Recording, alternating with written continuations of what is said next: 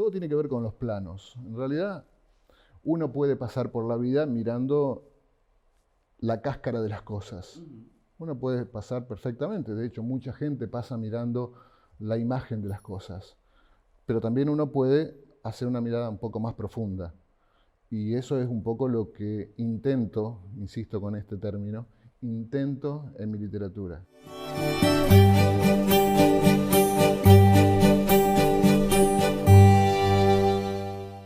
Toda Ediciones presenta el nuevo libro de Ricardo Dupuy. 24 cuentos costumbristas atravesados por el misterio. La ciudad está viva y rezonga. Complejo Polideportivo Policial ANSAP ofrece su servicio de salón de fiestas. Capacidad 500 personas. Consultas 0342 4 553 575. Complejo Polideportivo Policial ANSAP. En el Mercado Norte te esperan los sabores, los colores y aromas. En el Mercado Norte te espera una nueva historia. Mercado Norte.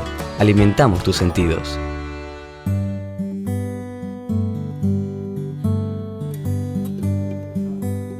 De profesión, abogado, pero la curiosidad por lo misterioso lo llevó a explotar su faceta más creativa. Escribió varios libros académicos, pero fue en la ficción donde pudo expresar esa pasión que invita a los lectores a indagarse e indagar sobre las curiosidades del mundo que nos rodean. Un personaje que nos lleva a dudar, a agudizar nuestra percepción, para sumergirnos en sus historias, a creer en la magia y a conocer sus personajes atravesados por lo desconocido. Hoy nos acompaña a iluminar tus pantallas Ricardo Dupuy. Oscar Wilde decía que el verdadero misterio del mundo es lo visible, no lo invisible. Hablando de misterios, sos un hombre absolutamente atravesado por el misterio. Es lo que uno ve, lo que uno percibe al leer tus libros, cuando permanentemente haces referencia a cosas que no tienen una explicación, digamos, concreta, que uno ensaya respuestas. ¿Sos un hombre atravesado por el misterio de verdad? Sí, sobre todo en los últimos tiempos. En los últimos tiempos, en todo caso, me he dejado atravesar por el misterio. He buscado una mirada distinta sobre las cosas y yo creo que el secreto está en la mirada, en mirar algo que a lo mejor pasa inadvertido para el común de la gente. Me parece que por ahí se explica un poco lo que pretendo escribir y cómo pretendo vivir. ¿Y hay alguna razón en particular, algún hecho tal vez vivencial, personal, que te haya vinculado a los misterios? Bueno, sí, desde siempre. Lo que pasa que, ya te digo, básicamente con la primera de mis novelas pude exteriorizar algo que lo tenía muy adentro desde mucho tiempo. Empezamos por ahí, por tu primera novela. Como vos quieras. El reencarnacionista. El reencarnacionista, testigo del viaje del alma. ¿Crees en la reencarnación? Claro, fuertemente. Fuertemente, pero no es una creencia de tipo religiosa, de tipo mística. Tiene que ver con algo sentido y que algo comprobado, si se quiere, empíricamente, ¿no? Así que, bueno, siempre lo tuve dando vueltas, siempre estuvo dentro de mi conciencia, siempre estuvo dentro de mi ser. Pero una vez, y esto también tiene que ver con el milagro de las letras y con la fantasía que genera escribir, ¿no? Cuando uno lo exterioriza, a lo mejor un psicólogo podría decir, bueno, en una sesión de un psicólogo también saltan esas cuestiones. Yo nunca me generé un vínculo con un psicólogo, pero sí la escritura me sirve para eso y sí me sirvió para eso. ¿Y has tenido hechos evidentes de reconocer vidas pasadas? Sí, claro, muchas Uno situaciones. que me cuentes. Bueno, siempre soñé desde mi infancia, soñé con un determinado cementerio, con una determinada geografía, con una ciudad que después de grande y después de ver y después de estudiar y después de ver imágenes, pude comprobar dónde era y pude comprobar que esa ciudad existía. Y eso para mí fue muy revelador porque en realidad pensé que era parte de mi fantasía y en realidad existió. existe. Y yo imagino que la realidad te debe servir, recién lo acabas de afirmar prácticamente, como materia prima para tu ficción. Sí, claro. Digamos, todo tiene que ver con los planos. En realidad, uno puede pasar por la vida mirando la cáscara de las cosas. Uno puede pasar perfectamente. De hecho, mucha gente pasa mirando la imagen de las cosas. Pero también uno puede hacer una mirada un poco más profunda. Y eso es un poco lo que intento, insisto con este término, intento en mi literatura. Hacer una mirada distinta y transmitir eso que a mí me costó 40 años y paradójicamente muchos libros de derecho, que poco tiene que ver con la reencarnación y poco tiene que ver con lo místico, ¿no? Vos sabés que quería preguntarte eso. Cuando empezaste a escribir a hacer novelas de ficción, ¿está bien dicho novelas de ficción? Sí, novelas. Novelas, bien. O literatura de ficción. Literatura de ficción. Cuando comenzaste, en algún punto, ¿no te preguntaste, esto no irá en contra de mi rol de docente, tratadista? ¿Has hecho un manual de derecho administrativo laboral docente? Y lo digo de esta forma porque además ha sido declarado de interés por el Senado de la provincia de Santa Fe. ¿Se te ocurrió pensar que podías tener cierto descrédito si volcabas o si demostrabas esa faceta de escritor de cuestiones misteriosas?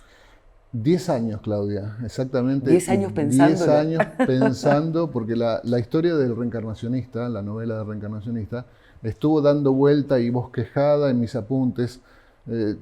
Mi familia muchas veces se ríe porque en los apuntes de derecho, en los apuntes de los manuales, hago citas que no tienen absolutamente nada que ver con el derecho, absolutamente nada que ver con lo pragmático que significa el derecho, las ciencias jurídicas, y bueno, y estaba dando vuelta. De hecho, la historia que se refleja en esa novela estuvo conviviendo conmigo por un montón de tiempo, y con la duda de decir, bueno, esto será apropiado para tratar con una persona que está catalogada como un profesional del derecho, hasta que, bueno, surgió la necesidad, determinadas situaciones de mi vida más laboral que personal me hicieron que lo ponga en papel, y por suerte, y esto tiene que ver con lo que vino después, ¿no?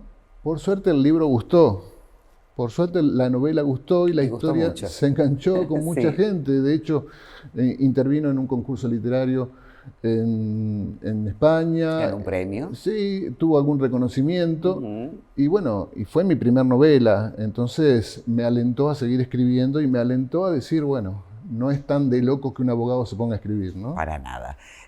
¿Y cuál fue la segunda? La segunda fue Reliquias en la Antártida. Otro misterio. Otro misterio que desde siempre me atravesó. Este más buscado que heredado, digamos. Este sí lo busqué porque es un misterio que siempre me apasionó. Yo no estuve, como digo en el prólogo de Reliquias, no estuve ni cerca de la Antártida, porque cualquiera me preguntaría, ¿vos estuviste en la Antártida? ¿Lo viste? ¿Estuviste en Tierra de Fuego? No estuve ni cerca. Pero la cuestión de la Antártida para mí es uno de los grandes misterios. ¿Cómo podría escribir sobre las pirámides? ¿Cómo podría escribir sobre determinadas situaciones? O la Atlántida, o la Tierra plana. Hay distintas cuestiones que cada uno se hace a su historia y su forma de pensar y su forma de ser. Y la Antártida encierra misterios, cuando uno empieza a investigar sobre la Antártida se encuentra con cosas absolutamente inexplicables. Sí. Absolutamente inexplicables. Por supuesto que esas cuestiones inexplicables dan lugar a pensamientos literarios, místicos y fantasiosos de todo tipo. Pero evidentemente hay algo que se está ocultando. Eso Seguro. Estoy absolutamente convencido. ¿Te costó mucho investigar ese tema? Sí. Investigué mucho porque hay poco material. Por lo menos hace 8 años, 9 años, cuando empecé a escribir Reliquias, había poco material. De hecho, hoy en día hay poco material. Hay cierto apagón sobre esos temas. Hay cosas muy misteriosas, por ejemplo, después del paralelo 70 no se sabe qué hay bien, porque es una zona prohibida. Entonces, las zonas prohibidas, vos sabés que lo prohibido genera toda una construcción en cada ser humano, y bueno, una de esas cosas tiene que ver con eso. La la visita que tuvo esa zona o la concurrencia que tuvo esa zona después de la Segunda Guerra Mundial es otra cosa muy misteriosa, que nunca fue explicada por las potencias. Fíjate que en el Museo de Mar del Plata existen todavía imágenes de una cantidad de submarinos alemanes que iban a la Antártida. Foco de la guerra, en otro escenario absolutamente distinto, y los submarinos alemanes en plena guerra mundial camino a la Antártida. Después que termina la guerra, los estadounidenses hacen una campaña importantísima a la Antártida, con portaaviones, con aviones, con todas las cuestiones militares que uno se puede imaginar, desde la ignorancia, ¿no? A la Antártida. Vuelven y nunca más nada. Es como más o menos lo que pasa con la Luna, ¿no? Tal cual, te iba a decir. Sí. Me hace recordar una cosa bastante misteriosa, como que algo hay ahí, nunca más dijeron nada y se acabó el problema. Raro. Sí. Al menos raro. Al menos invita a escribir. Sí, y misterioso. Y misterioso. Y luego llegó La ciudad está viva y rezonga. Y más de uno se preguntará, ¿y por qué rezonga la ciudad? ¿Qué le está pasando? Bueno, la ciudad rezonga porque vivimos en una urbe convulsionada. Yo siempre digo lo siguiente, nosotros vivimos en Santa Fe y hacemos foco en nuestra ciudad de Santa Fe, pero esto seguramente que pasa en cualquier ciudad del planeta. Las ciudades hoy en día, los núcleos urbanos, los núcleos de personas y la construcción que se ha hecho sobre las ciudades son espacios conflictivos. Desde el tránsito, hasta los intereses, hasta el comercio, hasta las situaciones de calle, hasta la gente que vive en las calles, son ámbitos conflictivos. Como conflictivos, evidentemente, a mi criterio, están gritando algo, están planteando algo. Y bueno, eso tiene que ver con que rezonga, digamos, la ciudad está viva y rezonga por eso. Yo pensé que eran 24 cuentos misteriosos. Son 24 cuentos misteriosos, pero basado no en Santa Fe particularmente, aunque uno a primera vista podría decir, bueno, están todos vinculados con Santa Fe, porque el libro cita lugares comunes, porque cualquier santafesino se da cuenta a qué me refiero, incluso con los personajes. Yo hablo de los lincheras de Plaza España, o hablo de la señora de los Cingolani, o hablo del Colegio Nacional. Los santafesinos saben, o hablo de tal calle y tal otra, cosa de que referenciar, o hablo del puerto, o hablo de las islas de acá enfrente, o hablo del puente colgante. Lugares comunes, pero lugares comunes mirados desde otra óptica. Quiero mostrarte esta foto. ¿Qué sentiste cuando lo presentaste? Ah, bueno. Es como parir, ¿no? Es como... es como parir, es como parir. Bueno, es realmente cada libro en particular, no puedo decir, este último en particular sí, me ha dado muchas satisfacciones porque, bueno, creo que el trabajo editorial de la gente de la revista Toda, creo que el trabajo de los artistas plásticos que se engancharon en historias. Vos sabés que los artistas plásticos, y creo que no cometo ninguna infidencia si lo digo así, son medio reacios a engancharse en una historia literaria y a ilustrar historias de este tipo. Sin embargo, los 5 que teníamos en carpeta, los 5 que nos gustaron, con Marcelo, con Ezequiel, los 5 que apuntamos, los 5 aceptaron, lo hicieron de muy buena gana, se metieron en las historias. Cuando uno ve los trabajos que ilustran cada uno de los cuentos, dice, pucha, esta gente no solamente que los leyó, sino que los entendió. Y bueno, y ahí están sus obras. Y el trabajo editorial, por supuesto, es fantástico porque cuidamos mucho el detalle de que cada obra salga lo más parecido a la original, ¿no es cierto? Y que no pierda calidad por el tema del papel, cosa que es muy importante, ¿no? Y decime, de casualidad, ¿ellos lo leyeron en algún momento? Sí, claro que lo leyeron. Todos ellos. Contame quién es esa gente bonita, porque es hermosa. Bueno, ella es Marina, mi mujer, mi hija Lucía y mi hijo Ulises.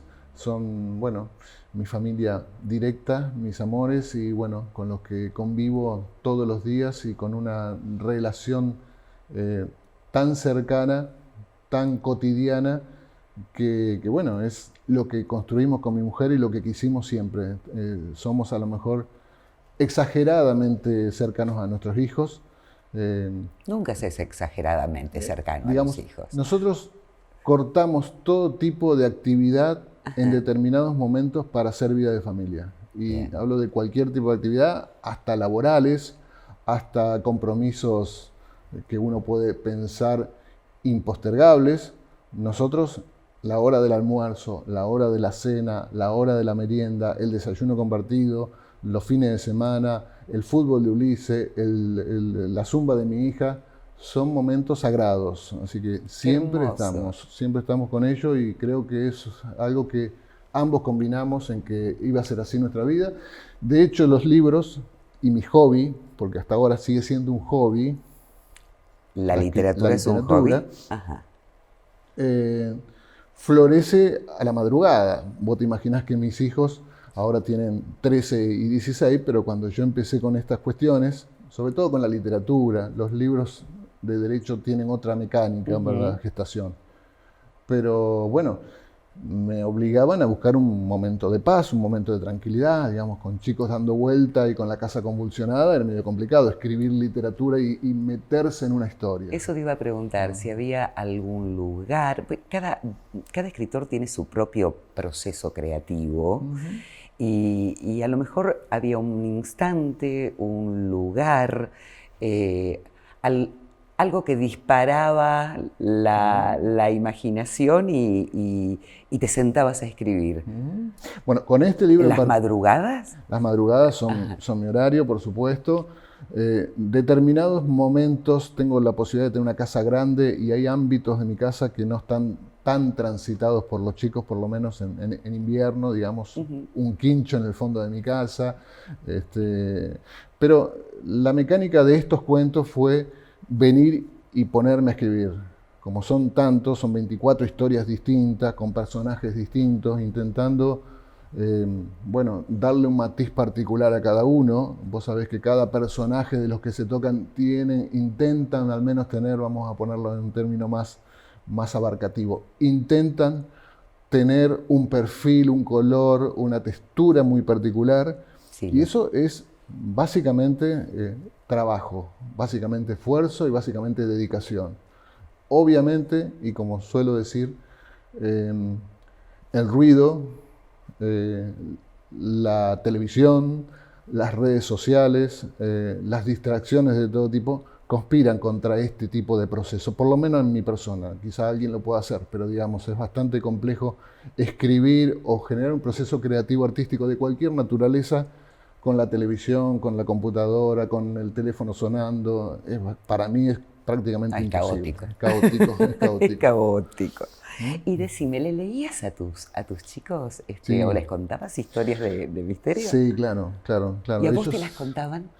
A mí me las contaban. Yo fui lector muy joven. Yo tenía la particularidad de mi casa, mi casa materna, mi casa paterna era un hogar humilde, y mis viejos eran muy lectores. Entonces yo dormía en la biblioteca prácticamente, o la biblioteca estaba en mi pieza, para ser más claro. Y yo tenía al alcance de mi mano, en aquellas épocas, estamos hablando de hace 30 y pico, 40 años atrás, libros de los más variados, desde clásicos hasta novelas rosas, todo.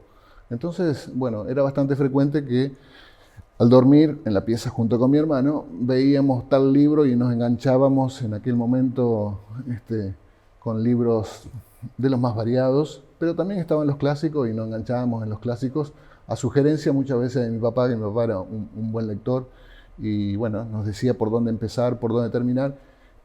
Y algo que reflejo en uno de los cuentos, en uno particularmente de los cuentos, cómo marcan las historietas. A mí me marcaron las historietas, las revistas que ya los chicos ni saben. ¿Cuáles historietas? Fantasía, Voy a ser curiosa. Beltoni, D'Artagnan, Intervalo, todas esas. Yo era seguidora de Pepe y Yo. Bueno, el mismo autor de Pepe y Yo, que vos traes a colación, es el que yo le dedico un cuento. Yo tuve la oportunidad de contactarme con él, se llama Robin Hood, es un paraguayo que tiene una historia tan particular que daría realmente para un cuento. Es una persona que se dedicaba a la construcción y empezó a escribir cosas tan profundas como Pepe y Yo, pero también como Nippur de la Gas, Sí. o también como Marx, o también como tantas historias que en aquella época nos apasionaban y nos marcaron. nos marcaron. Pero además era casi lectura obligatoria, no había casa que Supuesto, no tuviera por supuesto. D'Artagnan. Las abuelas leían el intervalo, ¿te acordás que era la de Sí, mujeres? el intervalo. Eran historias muy pasatistas, pero a la vez escritas con sapiencia, digamos. No eran pavadas, eran cosas interesantes, por lo menos en aquella época a mí me sonaba, y yo de hecho sigo revisando de tanto en tanto algunas historias, ¿no? Te voy a correr del literato, del escritor, y vamos a pasar al otro mundo. Has hecho tantas cosas como abogado, te dije como tratadista, docente. Sí. Hoy estás a cargo de una emisora muy importante, que es el ET9. Vivís en distintos planos. Sí, te decía, medio caótico, ¿no? Bueno, pero si gusta y si da buenos resultados, ¿cómo llevas el día a día? Básicamente, yo me dejo avanzar por los desafíos que van surgiendo, digamos, esa es la explicación. Porque uno puede decir, bueno, yo por ahí hice un correo de promoción del nuevo libro planteando que empecé siendo vendedor, porque cuando era chico salí a vender, después fui docente, después tuve la suerte de ser director de escuela, después me recibí de abogado y fui asesor de ANSAFE, del gremio más importante de docente de la provincia de Santa Fe. De allí el tratado, es una especialización de una especialización lo que es hecho.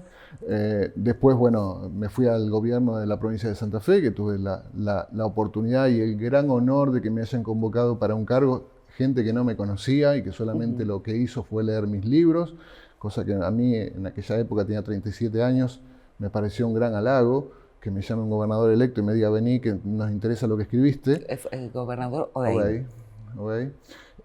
Y bueno, y después ahora en ATE, desde hace 14 años estoy trabajando como asesor de la Asociación de Trabajadores del Estado y con la posibilidad de ET9, que es un desafío de los últimos tiempos. ¿Cómo te llevas con los medios? Me llevo bien. Es un ambiente que me cuesta conocer. Yo creía que conocía el sector docente. Que también es difícil. Los periodistas tienen los medios, para no centralizarlo en los periodistas. Sí, porque los locutores tampoco somos fáciles. Sí, los locutores, los periodistas, los técnicos, los administrativos, los operadores, digamos, confluyen una serie de actividades en una radio que es bastante compleja, ¿no? Por suerte ya estamos avanzando en el ET9. El ET9 venía de un proceso muy complicado. Por suerte ahora ya está un poco superado eso, digamos, medianamente superado el proceso caótico con el que llegamos a la radio. Y bueno, yo creo que los resultados se van viendo. Son tiempos difíciles para un medio de comunicación, son tiempos difíciles para una empresa y son tiempos difíciles para tener tantos empleados a cargo. Pero bueno, se va haciendo y se va mejorando, creo yo, día a día. Hablamos de la docencia, es algo cercano a vos, eso está claro. ¿Cómo ves hoy el proceso de educación en la Argentina? Lo veo muy complicado.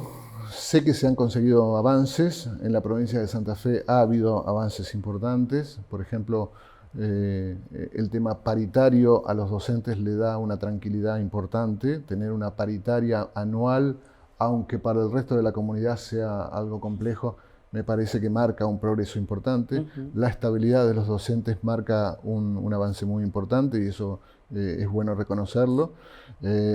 Pero bueno, evidentemente estamos con un esquema educativo que tiene más que ver con finales del siglo XIX que con el siglo XXI, y eso se siente, digamos. Los alumnos muchas veces nos obligan a buscar nuevas alternativas, porque bueno, los mismos instrumentos y las mismas herramientas que se usaban en la época de Sarmiento, traídas a nuestro tiempo, son bastante inadecuadas. ¿Y hay resistencia por parte de los docentes a esa adecuación a estos nuevos tiempos? Hay de todo. Hay gente que les interesa, hay gente que está muy abierta a esto porque realmente tiene preocupación.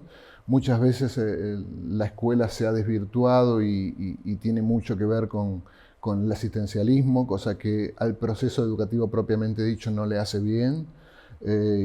Creo que eso es una materia a solucionar, digamos, los comedores en las escuelas, si bien yo sé que son necesarios, pero no debe ser el único fin. Y ¿no? claro, influyen en lo teórico de la educación y lo que significa la educación con todas las aristas que esto supone. Y eso, bueno, es un tema a superar y un tema a considerar. ¿Y la sociedad en general, en su conjunto? Alguna vez te escuché decir que lo que el ser humano siente en esta etapa particular es desasosiego. Sí, sí. Sí, sí. Yo creo que vivimos todos, o la gran mayoría, en un nivel de estrés y en un nivel de desasosiego muy importante. Yo creo que no tenemos el tiempo suficiente como para parar un poquito y decir, bueno, esta realidad no es la realidad, con todo lo que eso significa. Creo que hay algunos síntomas de que algo está cambiando. Por ejemplo, hace 10 años, Claudia, hablar de meditación o hablar de introspección era prácticamente algo inentendible, por lo menos para Occidente. Hoy en día vos ves grupos de meditación por todos lados, vos ves grupos haciendo yoga por todos lados, vos ves gente que se anima a asomarse a otras formas de pensamiento y a otras formas más que religiosas, a otras maneras de encarar la vida, que eso no deja de ser algo muy interesante y muy sano y habla de una perspectiva distinta. Pero bueno, también la sociedad nos atraviesa con casos horribles a diario. Los que estamos en medios de comunicación sabemos que todas las mañanas nos asomamos a un episodio que desgraciadamente también nos está generando cierta costumbre que es realmente muy contraproducente, porque no hay mañana que en la ciudad de Santa Fe o en la provincia o en la República Argentina nos levantemos con un caso horripilante que en otro tiempo yo creo que ni en la fantasía de los escritores de policiales existiera, y hoy lo tenés a la vuelta de la esquina. Entonces eso es algo que realmente nos está prendiendo una lucecita roja como sociedad, que de alguna forma hay que entenderla, ¿no? Seguro. Ricardo, cuando yo te veo y te conocí hoy particularmente, sabía, obviamente, que eras un hombre sensible, por lo que escribís, un hombre intelectualmente inquieto, un hombre muy agradable. Fue muy grato hablar contigo. Ahora, vos, ¿qué ves cuando te ves? Yo veo un caminante, un buscador, una persona que desde siempre, como te decía, me dejé llevar por lo que la vida me iba proponiendo. Tengo un diálogo permanente conmigo mismo.